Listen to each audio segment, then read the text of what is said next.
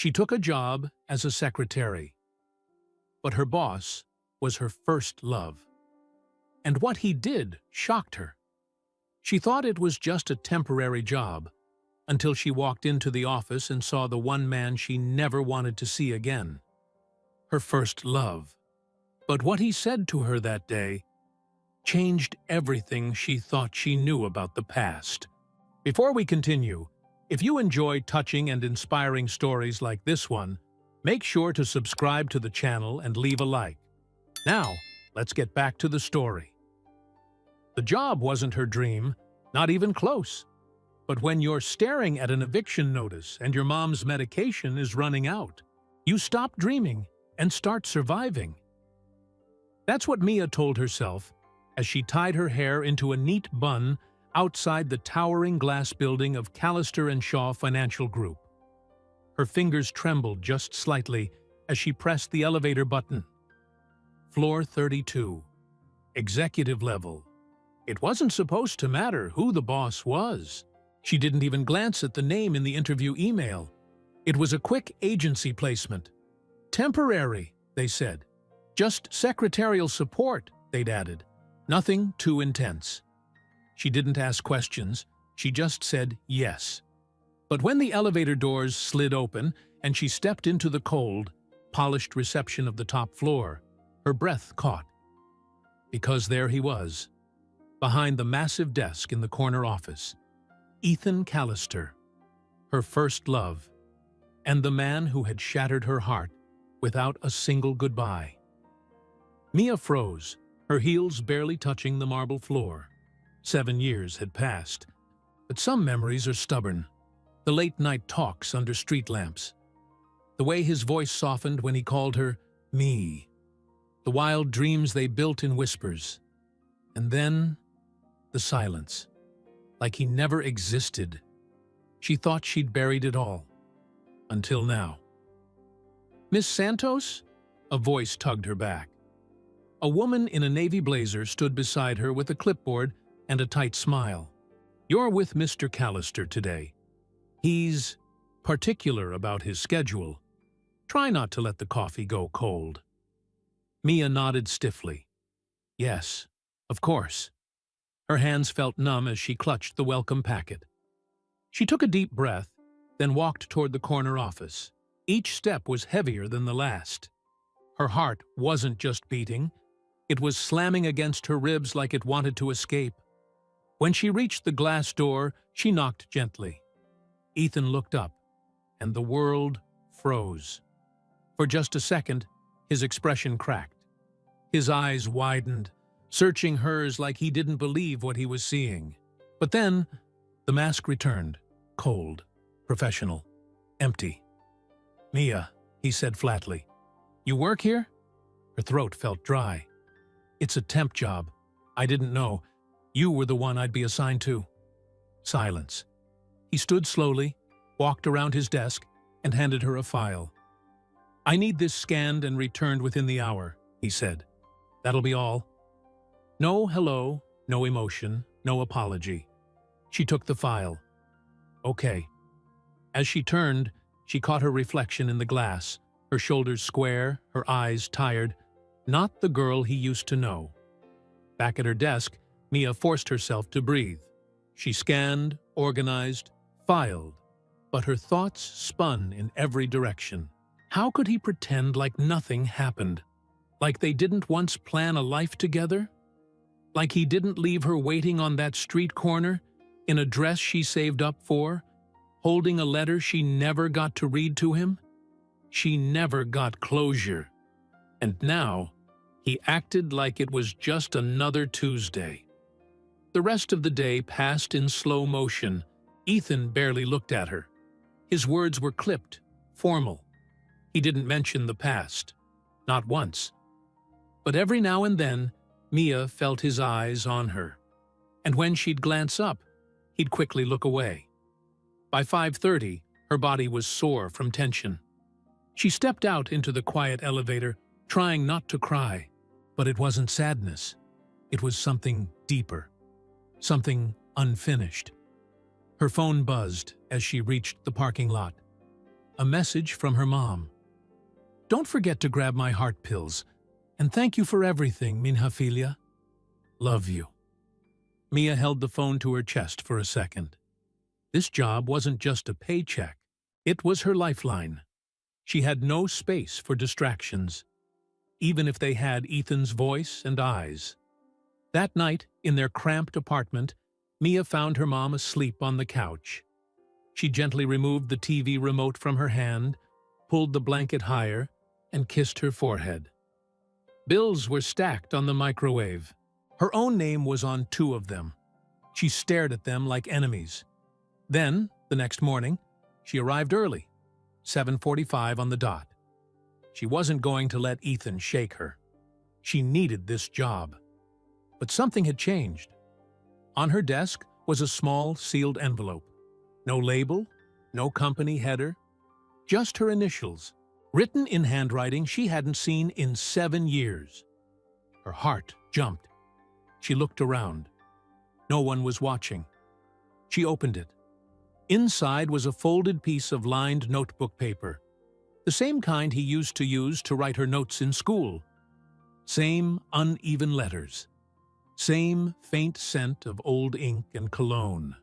"There's something you never knew about the night I left. I'm sorry. If you want the truth, meet me on the rooftop tonight at 6:45. E." Her breath caught. Her first instinct was to crumple the note and throw it away. But her fingers wouldn't move. All this time, she thought she'd made peace with the past. That he was just someone who gave up and moved on. That she was just a girl he outgrew. But now, this? A secret? A reason? Mia stared at the clock. 8:01 a.m. 10 hours from now, she'd be standing on a rooftop she never meant to step on. Or she'd walk away. Again. She folded the note carefully, placed it in her purse, and closed her eyes for a moment. Because some ghosts don't fade until you face them. And some wounds never heal until you know why they were opened. The rest of the day crawled like it was made of wet cement. Mia tried to keep her focus on emails, phone calls, scheduling, but her eyes kept drifting to the clock. 9:20, 10:17, 12:03. Each minute chipped away at her calm. She read the note again during lunch, hiding it behind a file folder in the break room. The words burned into her. "There's something you never knew about the night I left. He left everything in ruins and now he wanted to explain? After 7 years? Why now?" Back at her desk, she found herself glancing at Ethan's office more than she wanted to. His door stayed mostly closed, but sometimes she'd catch a glimpse. The back of his head, the way he rubbed his temple when reading, the way his hand lingered on the edge of his coffee cup, like he was lost in thought. Once he looked up, straight at her. She looked away. By 4:30, the tension in her chest had grown so tight, it felt like she couldn't breathe right. She didn't even know what she was going to say.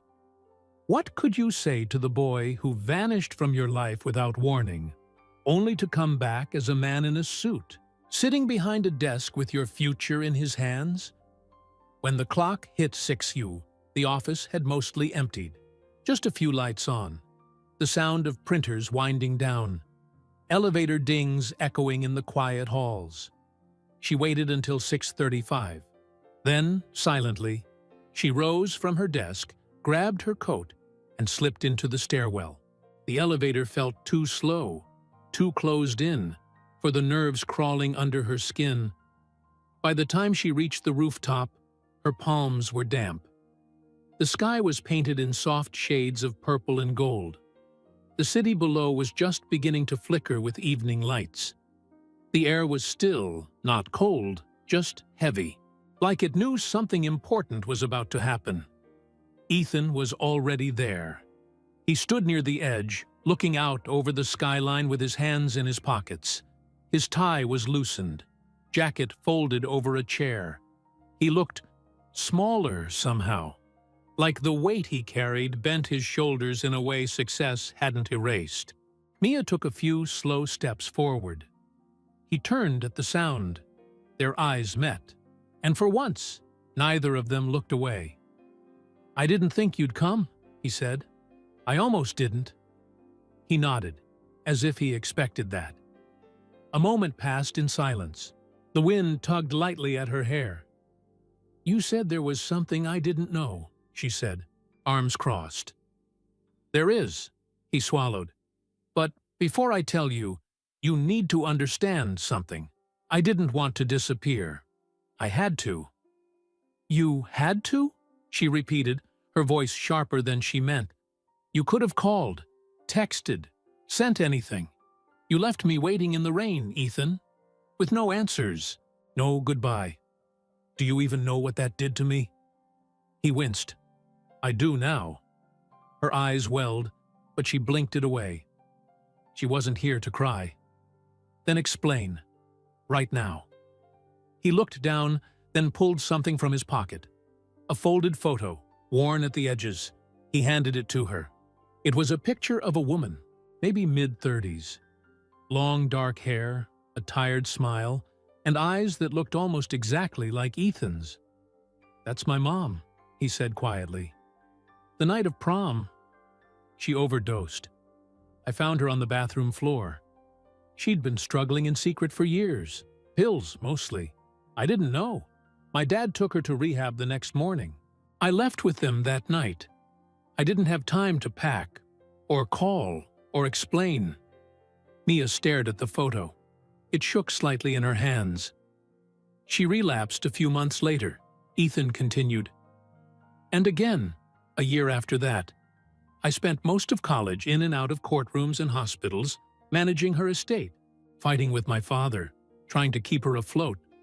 I lost scholarships, friends. I almost dropped out."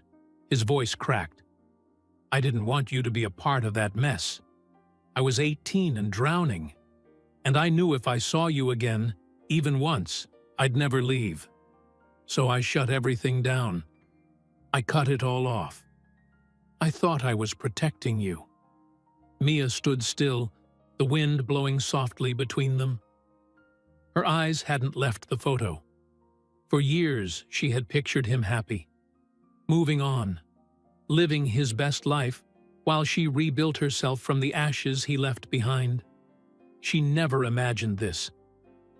"You didn't even give me the chance to choose," she whispered. "I know," he said, voice low. "And I'm sorry, truly. I've carried that with me every single day." She gave the photo back. "I don't know what to do with this," she said honestly. "I don't hate you, but I don't know if I can trust you either." "I don't expect you to," he said. I wanted you to know the truth after all this time." Mia nodded slowly. There was still pain, but now it had a shape, a name. They stood side by side in silence, watching the sun dip behind the buildings. For the first time in years, the past didn't feel like a closed door. It felt like something unfinished. "I'm glad you told me," she said finally. "But I'm not the same girl you left behind." "I know," he said. "And I don't want her back. I want to know you now, if you'll let me." She turned to him, the rooftop bathed in twilight. "I don't know if I can," he nodded. "Then I'll wait, as long as it takes." Mia looked at him, really looked. And in his eyes, for the first time in 7 years, she didn't see a ghost. She saw a man trying to make things right. But before she could speak again, the rooftop door creaked open. A woman in a red coat stepped out. Mid-30s, sharp eyes, confident stride. She walked straight to Ethan. "I figured you'd be up here," she said casually. "We need to talk." Mia's brows furrowed. Ethan's jaw tightened. The woman glanced at Mia, then back at Ethan. "Did you tell her yet?" "Tell her what?" Ethan's silence said everything. Mia took a step back. "What is she talking about, Ethan?" Mia's heart skipped a beat. The woman's voice, the calm arrogance behind it. It wasn't just confidence. It was ownership, familiarity. Ethan didn't move. His jaw was tight, eyes locked on the ground.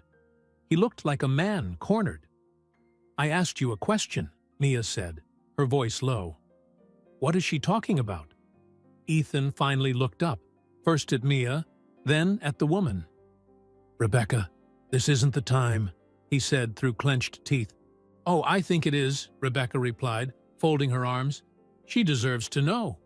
You can't keep hiding it." Mia's eyes narrowed. Hiding what? The silence that followed was louder than the city noise below. Rebecca turned to Mia. "I'm his fiancé." The word hit like a slap. Mia blinked. "You're what?" "Engaged. For almost a year," Rebecca said. "We met at a charity auction. He proposed on New Year's Eve." Mia stared at Ethan, her breath shallow. "Is that true?" Ethan didn't answer. His silence was the answer. Mia felt the ground sway beneath her feet. She stepped back, trying to process the sudden burn in her chest. She didn't even realize she'd clenched her fists until her nails pressed hard into her palms.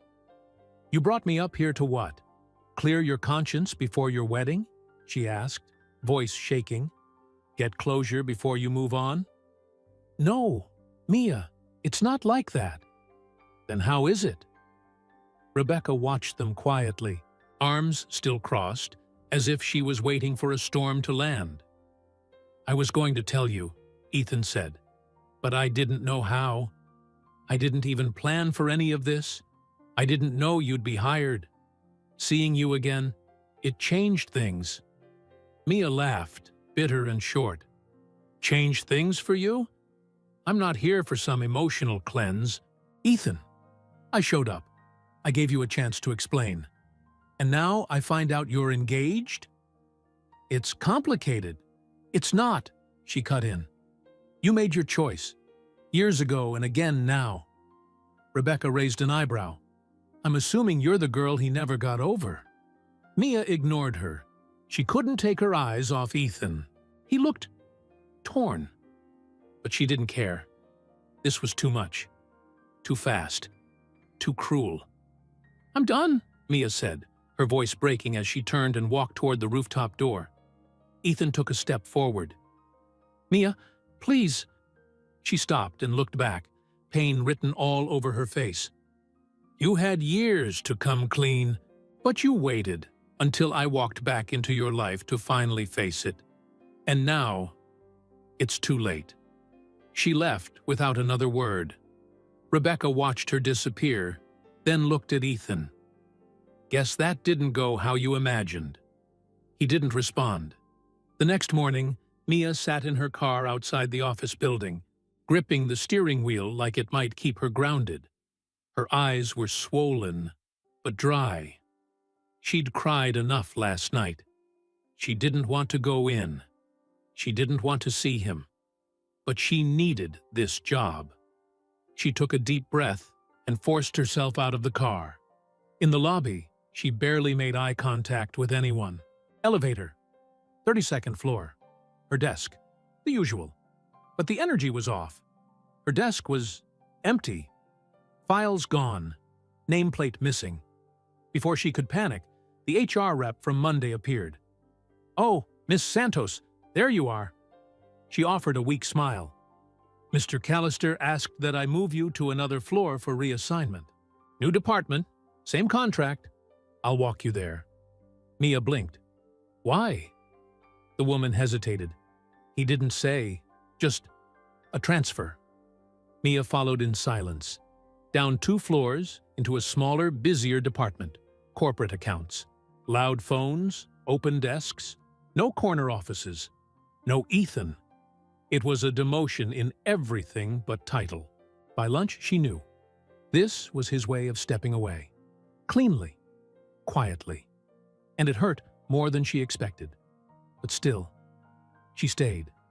Not for him, for her mother, for the bills, for herself. 3 days passed. No messages, no notes, no rooftop conversations. She buried herself in work, stayed late, avoided the 32nd floor, tried to forget. But one afternoon, while organizing a shipment document, her desk phone rang. "Hi, this is Mia Santos." Silence on the other end. Then, his voice. "I'm sorry." Her hand tightened around the receiver. "Why are you calling me?" "I had to. I couldn't let that be the last word between us." Mia's voice was low. "You're engaged." "I know." "Then don't call me." "I broke it off," he said. She froze. "What?"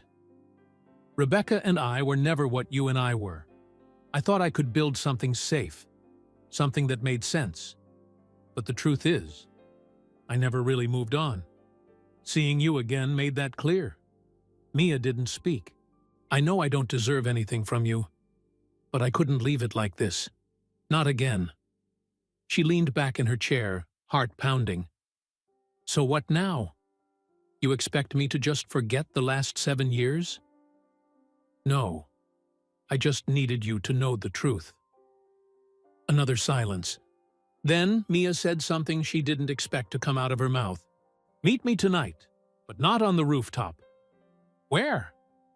"Dante's, the cafe near 9th Avenue, 7 o'clock sharp." He paused. "I'll be there." She hung up. For a long time, she just stared at the wall, trying to decide if she'd just made a huge mistake, or finally taken control of the ending she never got. That evening, the sun dipped low as Mia walked toward Dante's cafe. She wore a simple navy dress, hair down, nerves buzzing. Her fingers trembled slightly as she pushed open the glass door. He wasn't there yet. She sat by the window. Waited.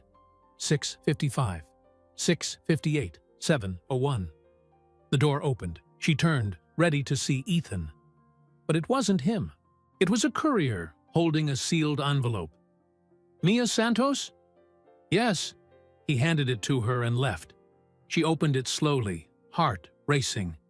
Inside was a short note in Ethan's handwriting. "I meant to come. I wanted to. But something happened. Please, check your voicemail." She pulled out her phone, suddenly breathless. 2 missed calls, 1 voicemail. She tapped play. His voice came through, rushed, panicked. "Mia, I'm sorry. I was on my way, but someone followed me. I think it's about my mom's estate. There's something wrong. I'll explain everything, but if I don't make it..." The voicemail cut off. Mia's hands shook. Something was wrong. Terribly wrong. Mia sat frozen in the cafe, the phone still against her ear, the voicemail echoing in her head. "If I don't make it..." The line had gone dead right after that. She stared at the screen, heart pounding. Every instinct told her to stay calm. Maybe it was nothing. Maybe he dropped his phone. Maybe it was all a misunderstanding. But deep down, she knew better. Something wasn't right. She played the message again, listening closely. There was something in the background. A sound. A car? A slam? Heavy breathing? Like he was running. He wasn't just late. He was scared. And now, he was gone. Mia stood abruptly, knocking her chair back. People turned to look, but she didn't care. She left the cafe, walking fast, dialing Ethan's number again and again. No answer. Voicemail. Again. Still nothing. She stopped on the sidewalk, trying to think. "What was it?" he said. "Someone followed me. I think it's about my mom's estate." Mia remembered the photo, the tired eyes of his mother, the fights he mentioned with his father. Maybe this had nothing to do with her. Maybe Ethan had been walking on the edge for longer than she realized. She didn't know where to go, but one place came to mind. His building. She ran.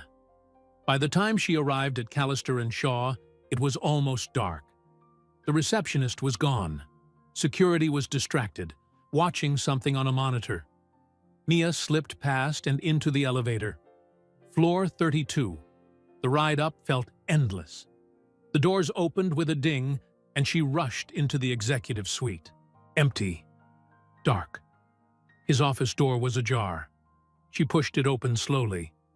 Everything looked untouched, except one thing, a single folder lying open on his desk. Her name was on the tab. Mia's breath caught. She approached, eyes scanning the contents. It was her employment file, but someone had scribbled notes in the margins, circles, underlines, her address, emergency contact, her mother's name. What was this? Before she could read more, the sound of footsteps echoed in the hall. She turned quickly, but no one appeared. The office was suddenly colder. She slipped the folder into her purse and backed out of the room. Heart racing. Something was wrong, and now she was part of it. Back at home, Mia shut the door behind her and locked it twice. Her mother looked up from the couch. "You're home late." "I know," Mia said, trying to sound normal. "Work ran long." Her mom smiled faintly. "You look worried. Are you okay?" Mia forced a smile. "Just tired." But inside, she was anything but. She waited until her mom went to sleep before pulling out the folder again. This time, she went page by page. At the very back, there was a document she hadn't seen before. Handwritten, signed by Ethan.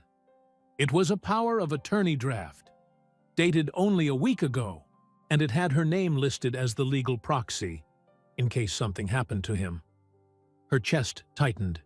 He never told her about this. What had he gotten involved in? The next morning, Mia did something she never thought she would. She called Rebecca. The number was saved from the company directory. Her hands shook as she dialed. "Hello? Rebecca, it's Mia." A pause. "I wondered when you'd call." "Where is he?" "I don't know." Mia didn't believe her. "You were with him just days ago." "I was engaged to a man who lied for years.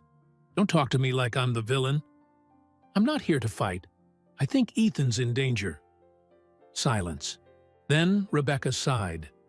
"He said something strange the night I left. That someone had been watching him. That he found something in his mother's files about her trust fund. Something illegal."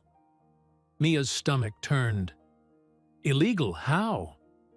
"I don't know. But he was scared. Said if anything happened to him, the truth was in a safety deposit box. Bank of Havenbrook. Box 410. Mia wrote it down quickly. "Did he tell you where the key was?" "No. But if he trusted you enough to name you in that document, maybe he gave it to you." Mia glanced at her purse. The envelope from the cafe. She opened it again, this time checking the lining. Her fingers felt something hard. A key. By noon, she was at the Bank of Havenbrook. She gave her ID and the key to the manager, who led her into a private viewing room. Box 410 was metal, heavy, and cold to the touch. Inside was a single USB drive. Mia sat down, plugged it into her laptop. It took a few seconds to load, then opened a folder labeled, "For Mia, the Truth." Inside were dozens of PDFs, emails, and scanned legal forms. Mia clicked through them, eyes widening. It was worse than she thought. Ethan's father, Harold Callister, had been siphoning money from multiple trust accounts, including his late wife's and several corporate clients. Millions, hidden offshore. Ethan had found evidence and had planned to expose it. But if Harold knew Ethan had the files, then this wasn't just about business. This was about protecting a legacy, one powerful enough to crush anyone in its way, including Ethan, and maybe Mia, too. She grabbed the USB and stuffed it into her coat pocket. She had to find him. Later that night, back in her apartment, Mia paced. She kept checking the window, the hallway, her phone. Still no sign of Ethan, no messages, no calls. But now she had something his father would kill to keep buried. She thought of going to the police. But what would she even say?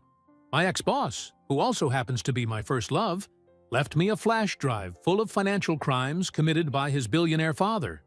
And now he's gone. They'd think she was unstable. No, she needed proof, a witness, a plan. And then, just before midnight, someone knocked on her door. 3 soft knocks, then silence. She looked through the peephole. No one.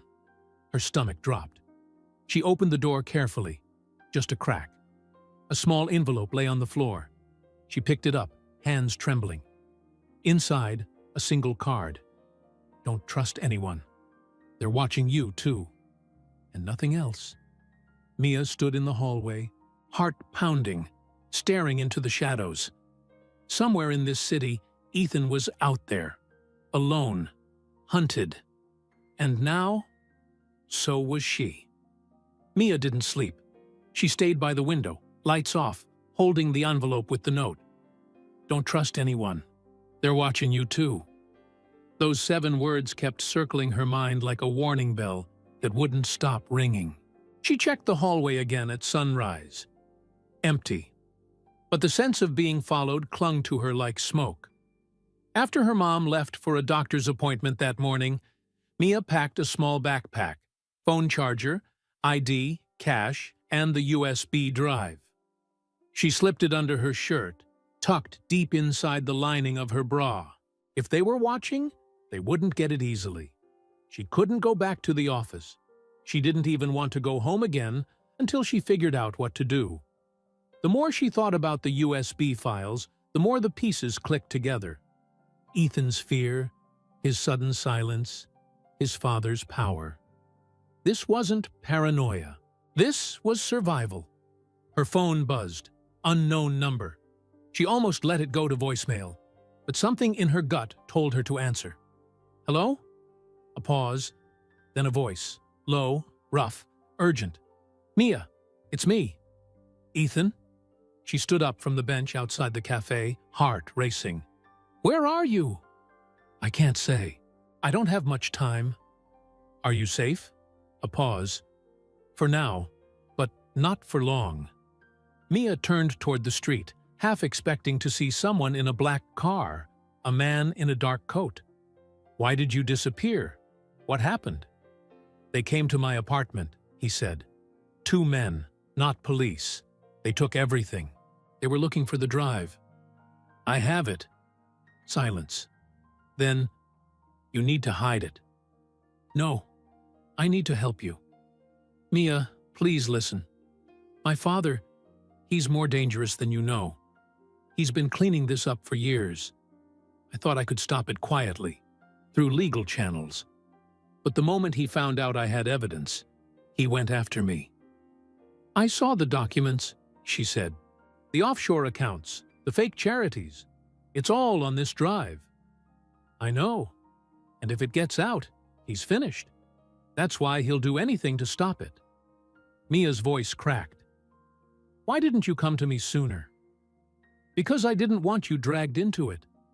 But now, you're already in. She swallowed. Where can I meet you? I'll send coordinates. Burn this phone after you get them.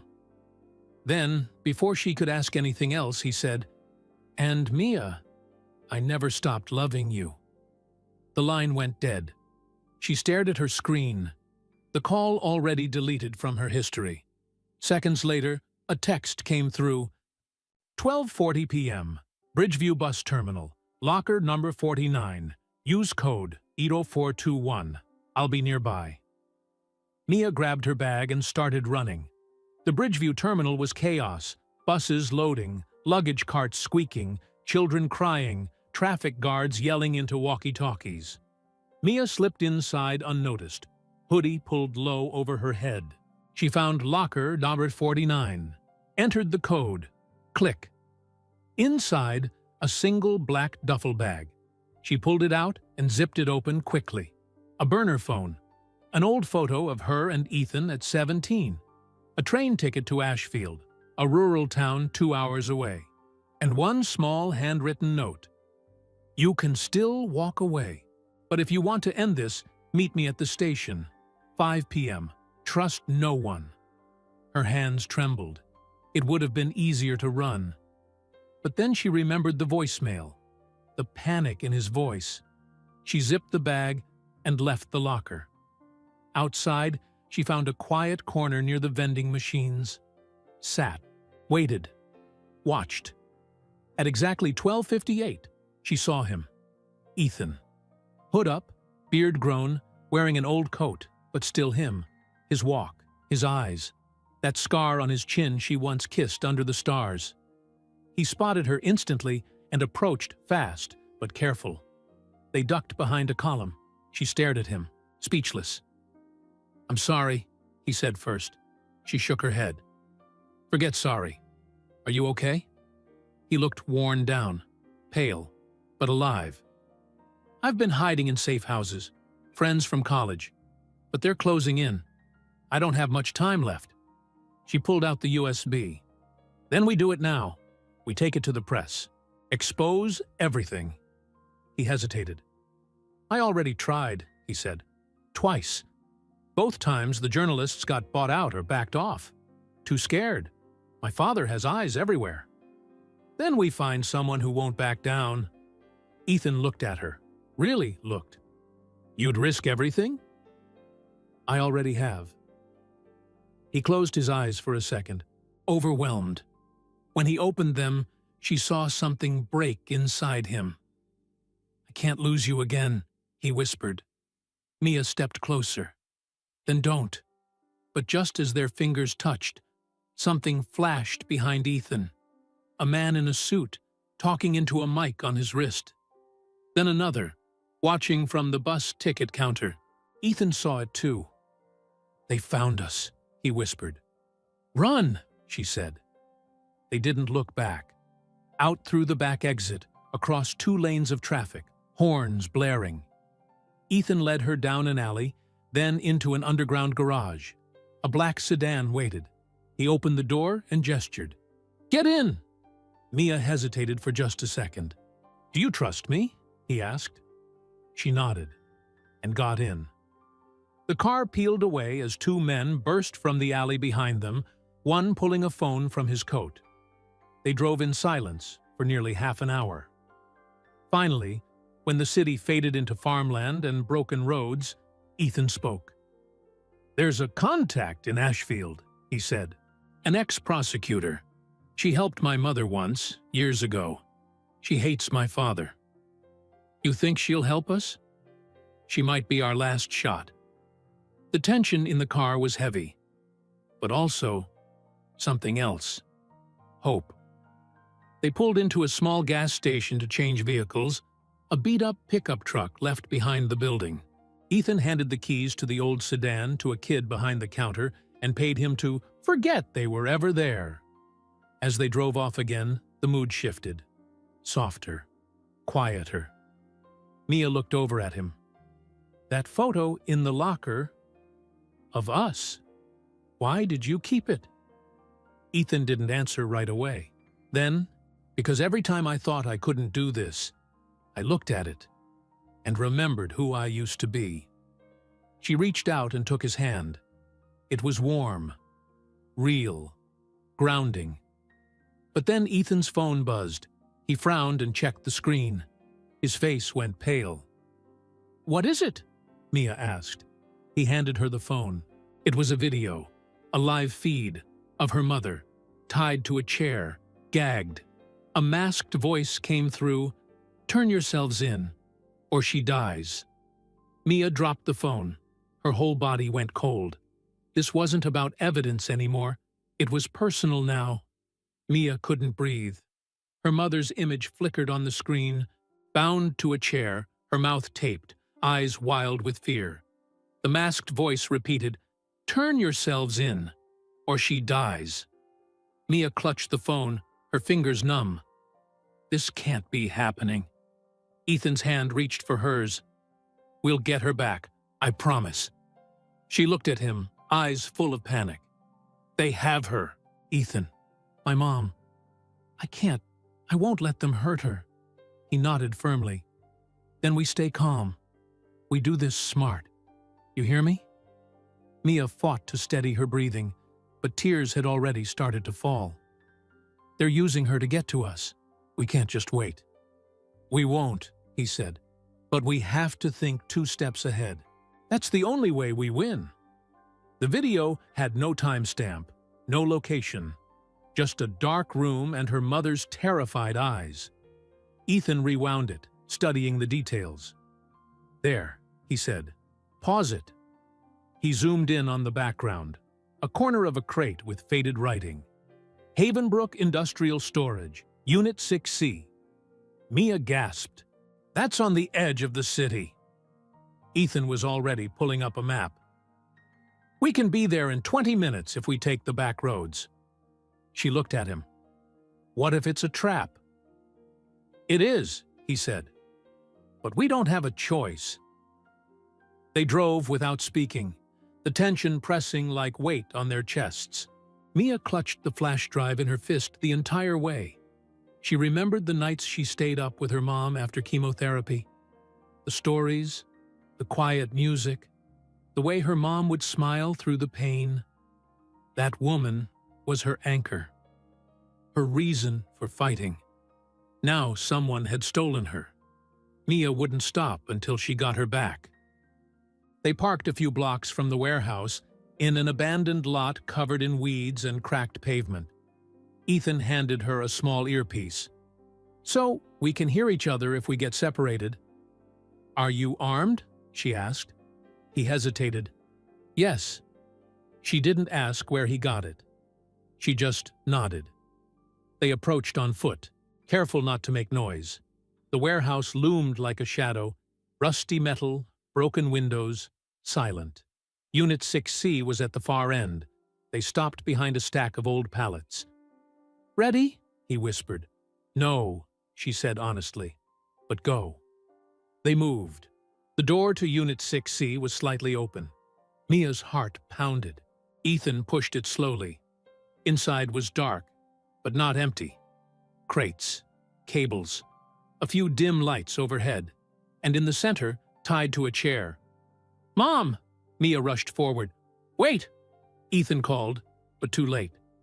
As soon as she crossed the yellow line on the floor, red lights blinked to life, and the doors slammed shut behind them.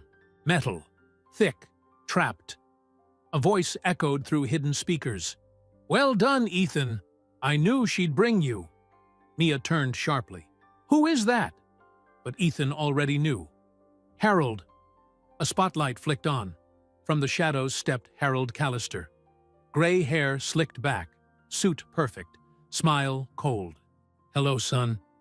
Ethan's jaw clenched. Let her go. Oh, we will, once we've had a little chat. Mia moved to her mother's side.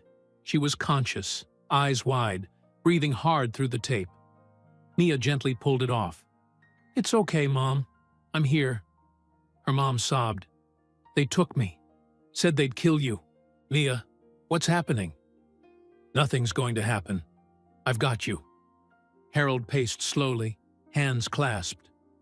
You always had a weakness for sentiment, Ethan. Just like your mother. You mean the wife you stole from? The one you drove to pills? Harold's smile faded. You have something that belongs to me, he said, and I want it back. Mia stood up. The flash drive? Is that what this is about? Millions of stolen dollars? Destroyed families? And now you're threatening your own? Harold looked at her like she was a child throwing stones at a tank. You think you're in control here, dear? You're a temp secretary with a laptop. I built empires. I erase people like you. Mia didn't flinch. Then why are you scared of me? Harold's eyes narrowed. I want the drive, he repeated. Ethan stepped forward. Let them go. You'll get what you want. No, Mia interrupted. He doesn't get anything unless we walk out of here. All of us. Harold chuckled. Do you really think you can negotiate with me? I'm not negotiating, she said. I'm trading. She reached into her pocket, pulled out the flash drive, and held it over a nearby metal barrel. She struck a lighter. Harold froze. Don't, he said. I will, Mia warned. You want this so badly? Then understand, it dies with me. Harold raised a hand to the guards nearby. Ethan stepped beside her. You're not bluffing, are you? No, she said, voice steady. I'm done being scared. And then, crash. A flash grenade burst through a side panel, filling the room with smoke and light. Down! Someone yelled. Mia dropped, pulling her mom with her. Gunshots rang out. Chaos. Voices shouted. Boots stomped. Glass shattered. When the smoke cleared, men in tactical gear had Harold and his guards on the ground, disarmed, restrained. One of them helped Mia to her feet. Are you Mia Santos? She nodded. Your call this morning got through. We've been tracking Callister for weeks. You led us straight to him. Mia looked at Ethan in shock. You called them? He shook his head. No, you did. Hours later, outside the warehouse, her mom was checked by paramedics. Ethan stood nearby, bruised but okay. Mia sat beside him on the curb. I don't remember calling anyone, she said. You didn't, said a voice behind her. She turned. Rebecca, in jeans and a jacket. Hair pulled back. No heels, no games. I called them, she said softly. After we talked on the phone, I started digging, saw what Harold had done. I may have lost a fiancé, but I wasn't going to lose my conscience too. Mia stared at her. You saved us. I just did the right thing, Rebecca said.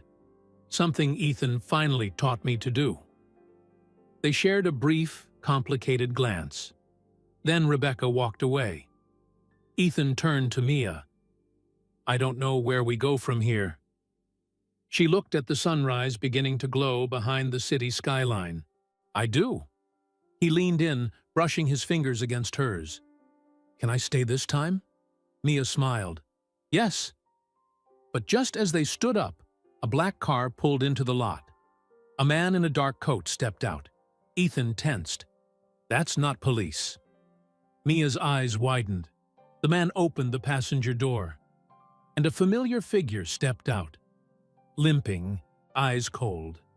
Ethan's father. Free. Smiling. The man who stepped out of the car looked exactly like Harold Callister always had. Crisp suit, calm face, cold eyes. But there was something different now. He was limping. His left hand twitched slightly as he walked. A small army of security guards surrounded him. Private, not government. And behind them, lawyers. Too many. Mia's heart dropped. How is he out already? Ethan stood protectively in front of her and her mother. Bail. Connections. Probably bought a judge before we even got to the station. Unbelievable, she whispered. Harold stopped just a few feet away, dust in the air catching the first light of the morning. I'm impressed, he said to Ethan. You always did have your mother's fire. Ethan's fists clenched. You don't get to say her name. You won this round, Harold said calmly. But you've exposed more than just me. The people I worked with? They're not going to let this slide. I'd start watching your back. Both of you. Was that a threat? Mia asked, stepping forward. Because we've had enough of those. Harold's smile was sharp. It's a promise. Sirens echoed in the distance. This time, real police. Harold's men stepped in to shield him. But before he turned to leave, Harold looked directly at Mia. You think this is over? You're wrong. You broke something bigger than you understand. Then he got into the car, and it disappeared into the street. Ethan didn't move for a long time. Finally, he spoke. He's bluffing. He wants us scared. Mia exhaled slowly. Well, it's working. 2 weeks passed. The media storm was massive. Corporate giant Harold Callister under investigation for billion-dollar fraud scheme. Whistleblower revealed to be Callister's own son. Temp secretary exposes hidden web of corruption. Mia hated the cameras, the flashing lights, the microphones. But she didn't hide, neither deals. Together, Hila and Ethan handed over the evidence to federal prosecutors. More names fell. Companies collapsed. Powerful people lost their masks. But one name remained untouched. Harold. He had vanished. No public appearances. No trace. It felt like waiting for thunder after lightning. Still, they moved on, one step at a time. Mia was offered dozens of jobs, media contracts, interviews, even a book deal. She refused them all. Instead, she accepted a full-time position at a nonprofit organization that helped women rebuild their lives after trauma. Her mom's health stabilized. The doctors said the stress could have worsened things, but she pulled through.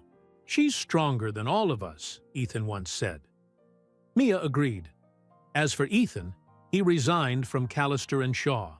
Took nothing with him. He said it was the only way to finally be free. "I'd rather start over than live off anything my father touched," he told Mia one night as they walked under the city lights. They rented a small apartment near the river. Quiet, simple, honest. Their love didn't pick up where it left off. It started new, different, not built on high school dreams or whispered promises under the stars, but on something real, earned, rebuilt. One night, as they cooked dinner together, Mia paused and turned to him. "Did you ever think we'd end up here?" Ethan smiled, brushing flour from her cheek. "Not even in my best daydreams." She looked at him for a long time. "You really did break my heart back then." He nodded. "I know. And I'll spend the rest of my life making up for it." She leaned in and kissed him. Slow, quiet, steady. "Maybe," she whispered, "you already are." But one thing still haunted them both. Harold was out there, and one morning an envelope arrived at their door. No name, no return address. Inside, a photo of them, taken from across the street, recently. On the back, 3 words, "Still watching, H." Mia sat down slowly. Ethan took the photo from her hands. "He's still playing games," she said. "But we're not the same players anymore," Ethan replied. He picked up the lighter on the table. Without a word, he lit the photo and dropped it in the sink. They watched it curl, burn, vanish. "He's not in control," Mia said quietly. "Not anymore." 6 months later, they stood in front of a modest courthouse. Just the two of them. No guests, no white dress, no flash, only promises, real ones. Ethan took Mia's hands in his. "I vow to never disappear again, not from your life, not from myself." Mia smiled, tears in her eyes. "And I vow to believe in second chances, because you made me believe again." They kissed under a gray sky that felt like home. Later that night, as rain tapped against the window, Ethan sat with a box of letters, old ones. The ones he wrote Mia but never sent during those dark years. Mia curled beside him. "Are you sure you want to keep reading those?" she asked. "I think I need to." She placed her hand on his chest. "When you're ready, I'll read them with you." Ethan looked at her, eyes soft. "That's why I love you." They fell asleep to the sound of rain and heartbeats. No more secrets, no more running, just peace, earned, together. Sometimes the people who break us are the ones who also teach us how to rebuild. And sometimes love doesn't come back the same way. It comes back better, wiser, stronger. Because forgiveness is not forgetting what happened. It's choosing to move forward. Anyway, the end. What about you? Have you ever had to rebuild trust with someone from your past? Would you have forgiven Ethan? Tell me in the comments. Your story might help someone else find healing too.